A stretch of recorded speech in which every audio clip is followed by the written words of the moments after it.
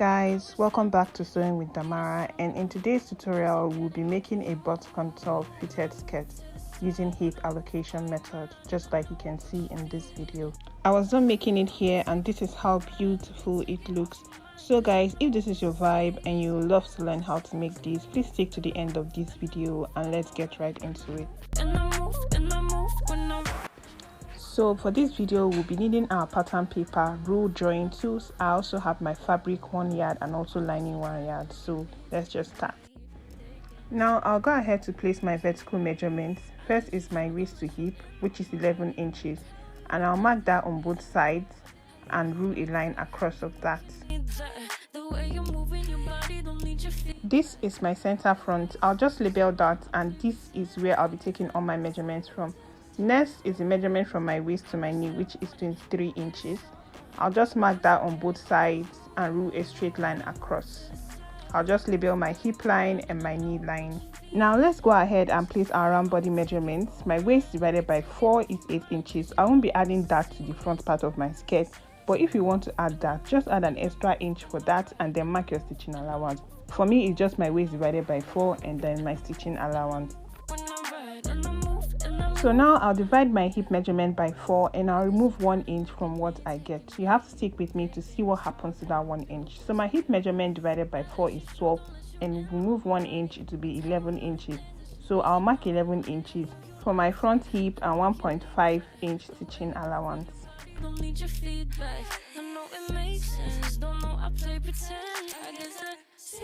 On my knee line, I'll be removing 1.5 inches from what I have on my hip line, and then I'm going to add 1 inch stitching allowance for this is a pencil skirt. Coming to my waistline, to reduce any form of bulge, I'll be coming down by 0.5 inches and I'll connect that to my actual waist measurements like you see me doing. Now I'm going to be connecting my lines together. There's something I like to do on my hip line to reduce that perfect curve and to give a perfect fit. I come down and up my hip line by 1 inch, okay, just like you see me doing. Then I first connect my waistline to the first 1 inch above the hip line, just like so, and then into the hip line. Now what this does is it reduces that perfect curve and just gives you a perfect fit, okay? Now there's this part of the female body that comes down after the hip, the under butt line as I call it. So I'm going to be marking it. If you don't have your client's measurements, this is an easy way to go about it. If your client is very tall, come up from the knee line by 8 inches. And if the person is average, you come up by 7 inches from your knee line. And if the person is short, you go up by 6 inches, okay?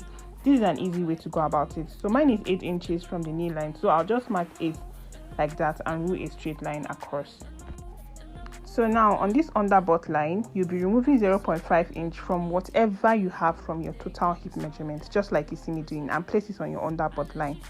Now you connect it to the hip line. Now this is what we have, and then to your knee line, I'll just outline that.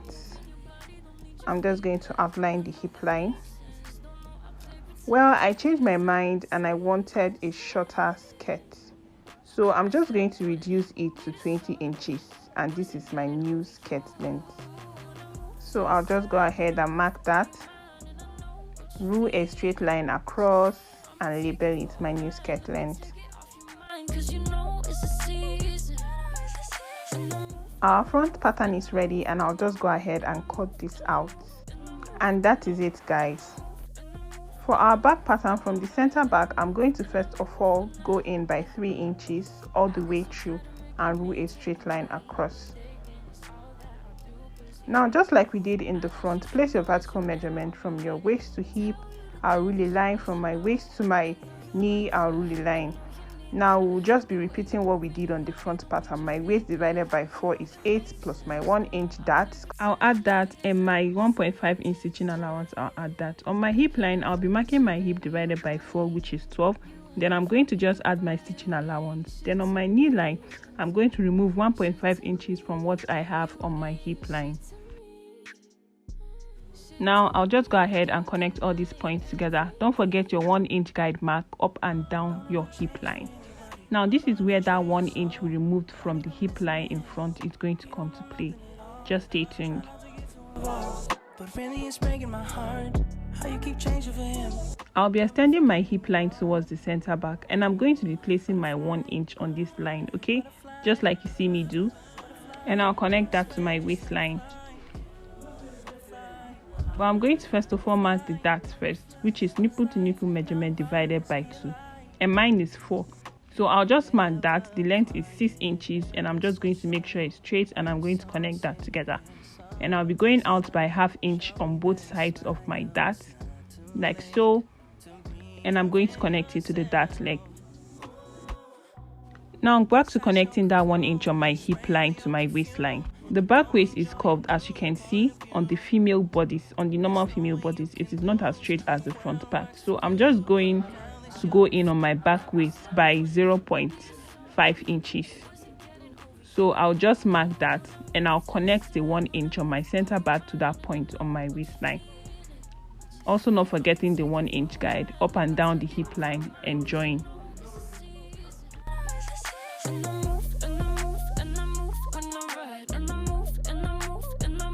Just like we did in front, I'll be coming up from my knee line by 8 inches.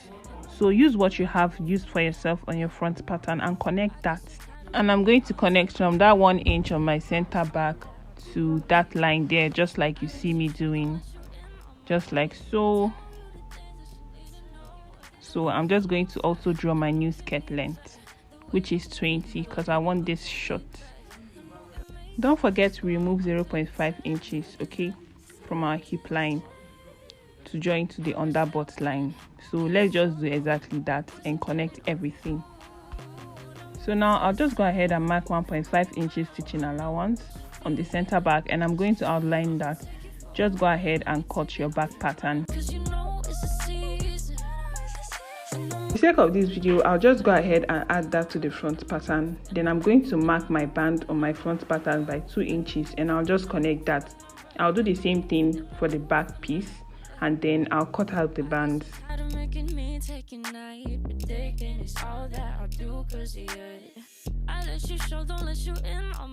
Now let's cut out our fabric. I already have my fabric on fold and neatly pressed, so I'll just place the pattern on it and cut it out.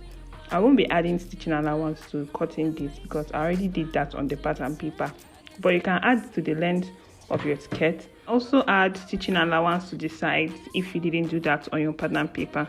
So now I just went ahead to mark out my allowance on my skirt, which is 1.5 inches, before I go to the machine to sew. It makes it really easier and neat. I'm going to do that on all the sides of my fabric, and I'll have my lining also cut out.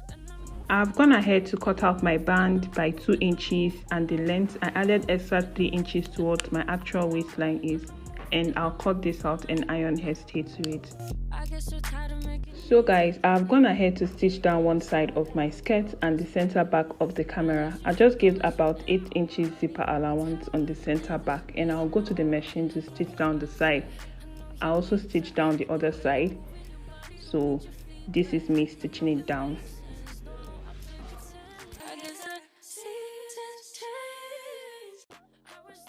After stitching down the side and I turn it to the front, this is already coming out beautiful. And as you can see, for the center back, I left about 8 inches for zipper and stitched down the remaining part of the center back because I don't want to add slit to the skirt.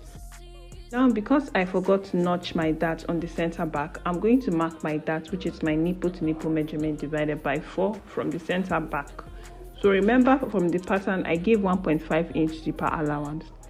So I'll just first of all mark that 1.5 inches, and from that 1.5 inches I'll mark my dart, which is actually 4 inches, just like so, and my dart length.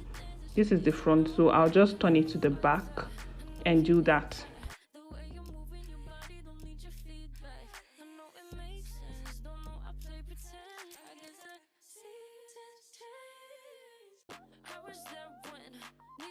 Connect that, and then I'm going to come out by 0.5 inches on both sides of my dart leg and connect that to the length.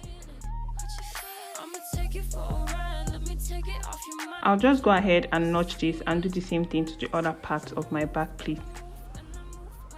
I've done that. Please don't forget to always notch your darts while cutting, so you won't have to go through this stress. I'll just go to the machine and stitch down my darts. These are my darts beautifully sewn in. I'll get my lining and I'm going to be placing it inside the fabric, wrong sides facing each other, so that it's the right size that's showing inside when you are done sewing.